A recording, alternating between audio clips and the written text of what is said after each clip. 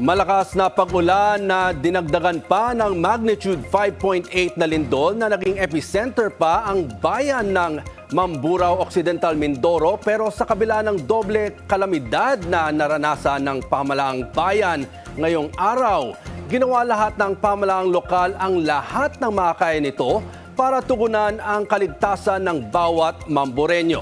At kaugnay niyan, makakasama natin live via Zoom ang butihing alkalde ng Mamburao, Occidental Mindoro na si Mayor Glicerio Iki Almero III. Magandang gabi po, Mayor. Robert Tan po ng Politico Nightly. Kasama po si Raya Capulong. Magandang gabi po, Sir Robert, at sa lahat ng nanonood po ng inyong programa. Mayor, kumustahin po muna natin kayo at ating mga kababayan nyo sa Mamburao. Kamusta naman dyan?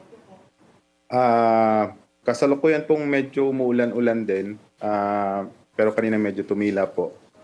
Buong araw po talagang malakas na ulan at kagaya po ng nabanggit nyo ay sinabayan pa kami ng malakas na lindol kanina, 5.8 ang magnitude. I think na downgrade to 5.4 pero ramdam pa rin kasi kahit ako personally ramdam ko rin talaga yung lindol habang nagmo-monitor kanina po nung situation dito sa aming bayan.